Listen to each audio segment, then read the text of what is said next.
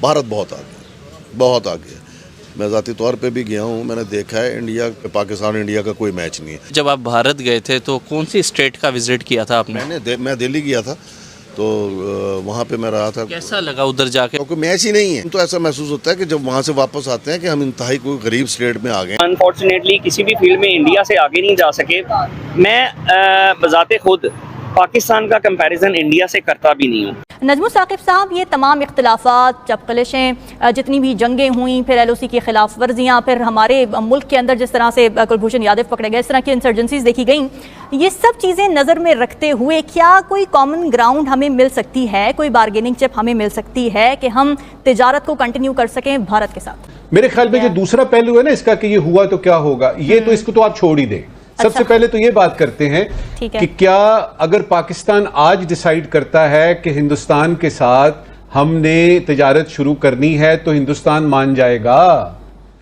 आप अकेले ही तिजारत शुरू कर देंगे कि मुश्किल हो गया है। 2002 में जब आप भारत गए थे तो कौन सी स्टेट का विजिट किया था आपने? मैं दिल्ली गया था, तो वहाँ पे मैं रहा था। कैसा लगा उधर जाके? कोई डिफरेंस आपने उस टाइम पे नोट किया था? मतलब 2002 में, आज से 20 साल पहले।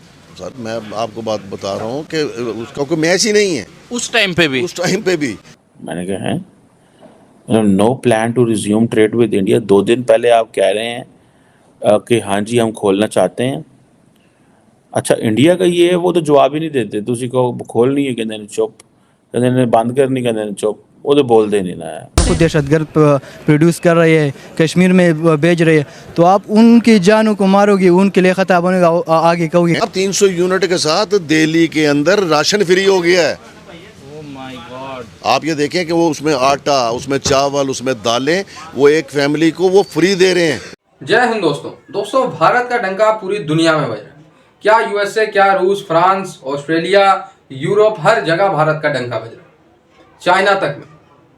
वहीं दोस्तों पाकिस्तान में आतंकवाद का डंका पूरी दुनिया में बज रहा है। दुनिया के जितने बड़े बड़े आतंकवादी हैं, दुनिया के सबसे बदतरीन देशों में और दुनिया में सबसे ज़्यादा दहशतगर्दी फैलाने वाले देशों में इस समय पाकिस्तान का नाम, सबसे ज़्यादा डर का माहौल।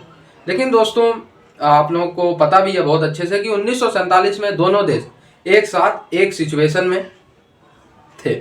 आप लोगों को पता है अभिन्न भारत के हिस्से से पाकिस्तान को बनाया गया था, ठीक है। जिन्ना के कहने पे और भी राजनीतिक कुछ समीकरण ऐसे बने कि पाकिस्तान बनाया गया।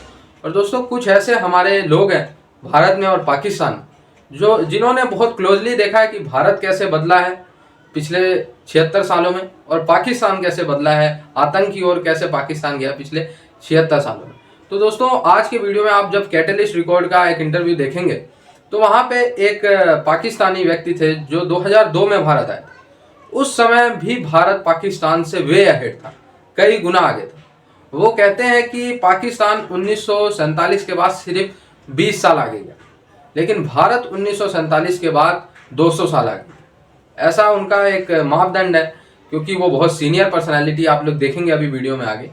तो काफ़ी इंटरेस्टिंग वीडियो होने वाली है। और अगर आप लोग मेरे चैनल पे नए हैं तो वीडियो को जरूर से लाइक करना। और ऐसे इंटरेस्टिंग वीडियो आप लोगों को पता ही है, मैं इंटरेस्टिंग वीडियो ही बनाता हूँ, ठीक है। तो जरूर से सब्सक्राइब कर लेना। धन्यवाद, जय हिंद।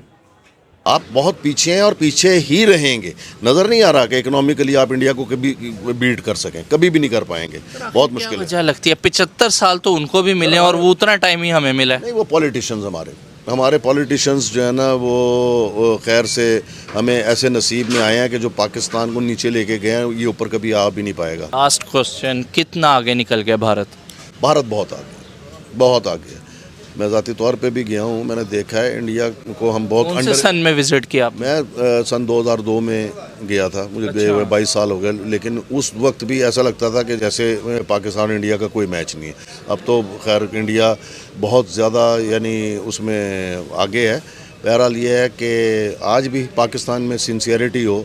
यहाँ पे हमारी तो विशेज़ हैं कि अल्लाह ताला जो है ना इन सब लोगों को हिदायत दे अगर यहाँ सिंसियर होके जो है ना सारा काम करें तो हम हमारे अंदर लिटरली बहुत सी वीडियोस में देख रहा होता हूँ जो कि देखने में यूरोप लग रहा होता है, लेकिन बाद में पता चलता है कि ये यूरोप नहीं, साथ का कंट्री है। ऐसा ही है, ऐसे ही है। आप इंडिया में जाके देखें, इंडिया में आज हम ये एक ऑरेंज ट्रेन को लिए फिरते हैं जो कि कर्जों से बनी है। बिल्कुल सही कहा। इंडिया में आज से 20, 22, 24, 25 साल पहले वो अंडरग्राउंड उन्होंने ट्रेन चला दी थी Absolutely और right, sir. जो है ना Underwater अब चल गई है। वो जी हाँ, और मुख्तलिफ शहरों में चल रही है, सारा कुछ है।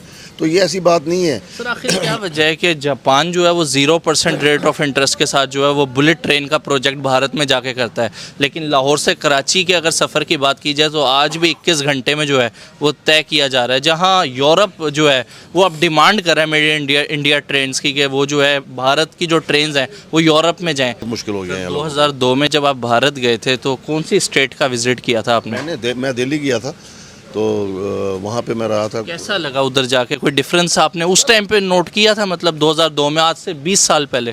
सर मैं आपको बात बता रहा हूँ कि उसका कोई मैच ही नहीं है। उस टाइम पे भी उस टाइम पे भी मैच नहीं है।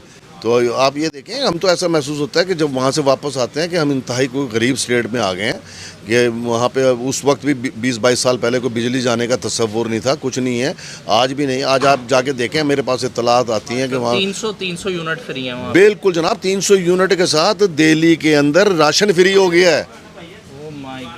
आप ये देखें कि वो उसमें आटा, उसमें चावल, उसमें दालें, वो एक फैमिली को वो फ्री दे रहे हैं। वो जो आम आदमी पार्टी की हुकूमत आई है तो वहाँ पे उन्होंने जो है ना उनको 300 यूनिट तो बिजली दी है, राशन फ्री देना शुरू कर दिया। नजमुल साकिब साहब, ये तमाम इख्तलाफात, चपकलिशें, जितनी भी जंगें हुई, फिर LOC की खिलाफ वर्जियाँ, फिर हमारे मुल्क के अंदर जिस तरह से कुलभूषण यादव पकड़े गए, इस तरह की इंसर्जेंसीज देखी गई, ये सब चीज़ें नज़र में रखते हुए क्या कोई कॉमन ग्राउंड हमें मिल सकती है, कोई बार्गेनिंग चिप हमें मिल सकती है कि हम तिजारत को कंटिन्यू कर सकें भारत के साथ? मेरे ख्याल में जो दूसरा पहलू है ना इसका, कि ये हुआ तो क्या होगा, ये तो इसको तो आप छोड़ ही दें। सबसे पहले तो ये बात करते हैं कि क्या अगर पाकिस्तान आज डिसाइड करता है कि हिंदुस्तान के साथ हमने तिजारत शुरू करनी है तो हिंदुस्तान मान जाएगा? आप अकेले ही तिजारत शुरू कर देंगे कि हम मान गए हैं? उसमें हिंदुस्तान का मानना डेफिनेटली जरूरी है, और वो अंडर द सर्कमस्टांसेस वो पॉसिबल मुझे तो नजर नहीं आ रहा। उसकी कुछ एक दो दलीलें देखते हैं। बताइए। ये सिंगापुर में ये एक आध दिन की बात है, 3 रोजा दौरे पे जाते हैं जयशंकर साहब, उनके जो फॉरेन मिनिस्टर हैं, वो वहां पे जाके कहते हैं कि पाकिस्तान जो है वो दहशतगर्दी में मुलव्वस है। नंबर 1 Q&A होता है ना, उसमें अपनी तकरीर करने के बाद उनसे सवाल पूछा जाता है, तो वो कहते हैं कि जी पाकिस्तान मुलव्वस है, और देखिए हमारी बदकिस्मती देखिए कि हमारा जो हमसाया है वो इस्तेहकाम तो दूर की बात है, स्टेबिलिटी तो वो दूर की बात है, वो तो क्वाइट भी नहीं है, यानी खामोश भी नहीं है। इसका क्या मतलब है? इसका मतलब ये है कि उनको पाकिस्तान से बहुत सारे शुकूक व शुबहात मौजूद हैं। दूसरा ये कि यही फॉरेन मिनिस्टर साहब जो हैं कुछ साल 1.5 साल पहले कहते हैं, बड़े धड़ल्ले से कहते हैं, और खासतौर पे बिलावल साहब का आपको याद होगा उनका दौरा जो हुआ उसमें भी उन्होंने इसी चीज का इरादा किया, खुल के बताया कि पाकिस्तान के साथ जो है इस वक्त सूरत हाल क्या है। उनकी वो स्टेटमेंट जो है पूरी दुनिया में गूंजी, for India Pakistan is irrelevant. अगर इररेलेवेंट है और उस वक्त से लेके अब तक इररेलेवेंट है और क्वाइट नहीं है और स्टेबल नहीं है और उनको इसकी पाकिस्तान की जरूरत भी नहीं है, तो इस तनाजुर में मुझे ये बताइएगा कि अगर हम ये मान भी जाएं, जो कि ऑलरेडी एक बहुत बड़ी समस्या है कि लोग कहते हैं जी कि अगर आपने ये किया तो कश्मीर का क्या करेंगे, 370 का क्या करेंगे, और क्या एक बहुत बड़ा सवाल जो थिंक टैंक्स के सामने आज तक लहरा रहा है कि क्या कश्मीर का मसला हल हुए बगैर तजारत हो सकती है कि नहीं। इस तरह के डिफिकल्ट क्वेश्चंस हैं। तो उसमें दूसरे पर यानी जो आपका मरहला है ना कि तजारत शुरू हो गई तो क्या होगा, पहले मरहले को देखते हैं। उसको देखते हुए जो है वो मुझे ये लग रहा है कि ये एक स्टेटमेंट है ताजरों को खुश करने के लिए। हम सबको पता है कि इंडिया इस वक्त आपसे किसी किस्म की बात करने को तैयार नहीं है, और उसने ये बात बार बार दोहराई है। अच्छा, अब एक और यानी छोटा सा यानी जिमनी पहलू करके बात खत्म करता हूं मैं अपनी, कि जब इस किस्म की बात आती है ना कि तिजारत करेंगे, तो आपकी जो जो आपकी ऑपोजिशन है, जो अपोजिंग फोर्सेस हैं, वो कहती है देखें जी आपने तो कश्मीर बेच दिया, आपने तो कश्मीर बेच दिया, आपने कश्मीर का सौदा कर लिया, आपने इस तरह की बहस शुरू हो जाती है। और फिर सोशल मीडिया पे एक हुआ जब चलती है, हाहाकार होती है और वावेला मचता है और शोर मचता है कि जी देखें पाकिस्तान की मौजूदा हुकूमत जो है वो। इसमें जो जरूरी चीज है ना वो ये देखनी है, 2 चीजें मैं बताना चाहूंगा यहां और बात खत्म करते हैं। सबसे पहले जरूरी चीज ये है कि पाकिस्तान ने हिंदुस्तान के साथ मुज़ाकरात की इब्तिदा करनी है, तिजारत का जिक्र उस मुज़ाकरात में होगा, उसकी पॉसिबिलिटी जो है वो नजर नहीं आ रही, उसको हमने